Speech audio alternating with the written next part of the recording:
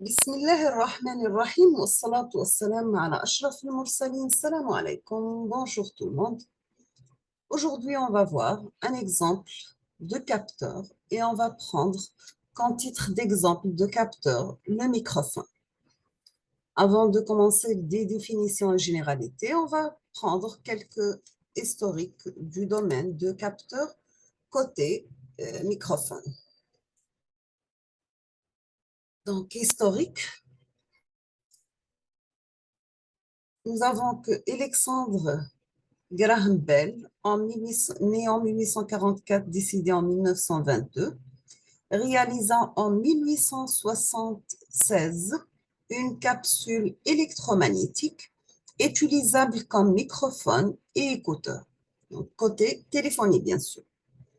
Nous avons que la capsule électromagnétique de Alexandre Graham Bell, de M. Bell, manquait toutefois de sensibilité et les amplificateurs n'existaient pas.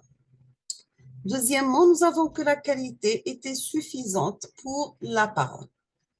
Deuxièmement, nous avons David Edward Hite, né en 1831, décédé en 1900, construisait en 1878 le premier microphone à charbon et à contact solide.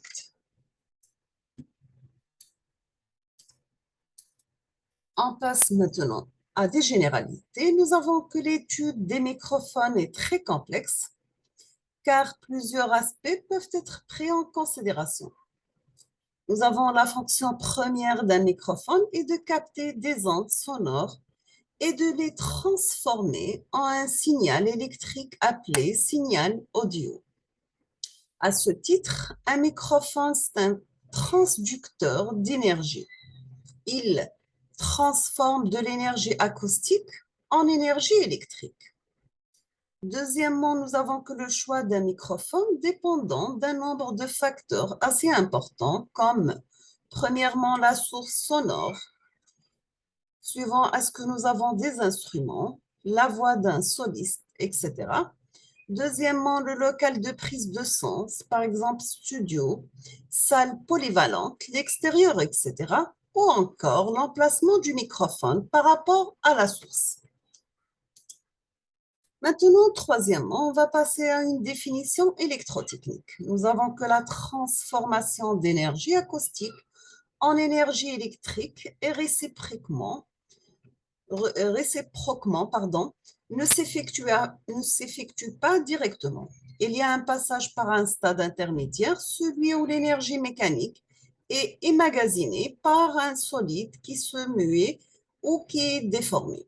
Une membrane qui se déplace au rythme des vibrations acoustiques entraîne une modification d'un élément solide ou bien gazeux qui lui-même délivre une grandeur électrique variable.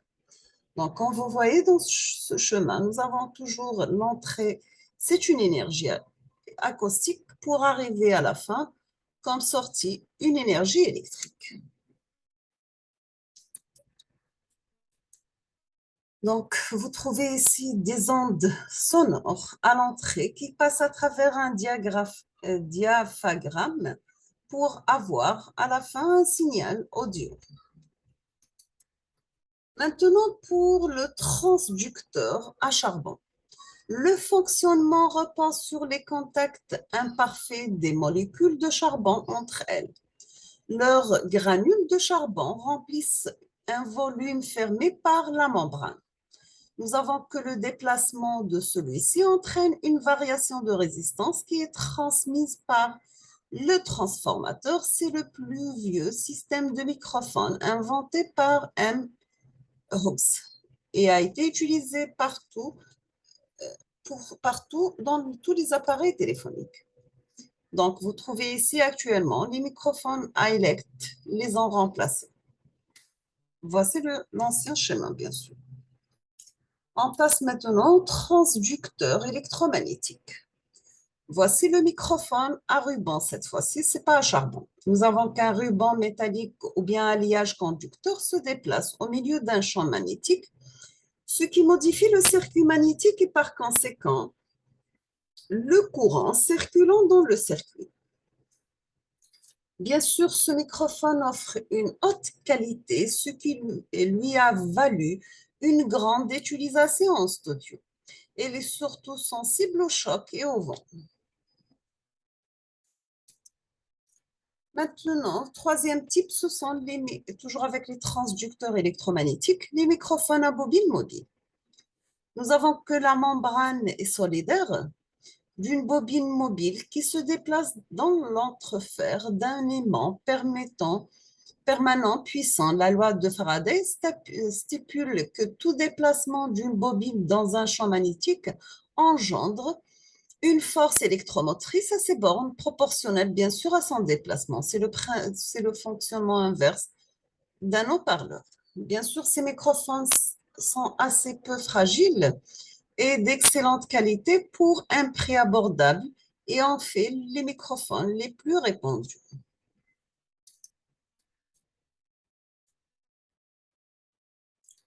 On passe cinquièmement au transducteur piezoélectrique. La membrane déforme une petite pastille piezoélectrique. Il s'agit d'un matériau présentant une surface atomique cristalline comme le quartz. Un tel matériau présente aux surfaces une force électromotrice proportionnelle à la déformation mécanique.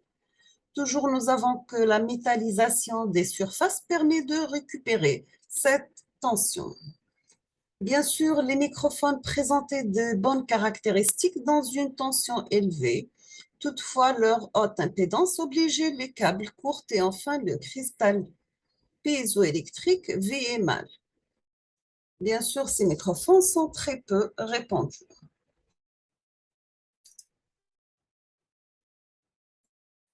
Sixièmement, nous avons les transducteurs électrostatiques, les microphones à condensateur.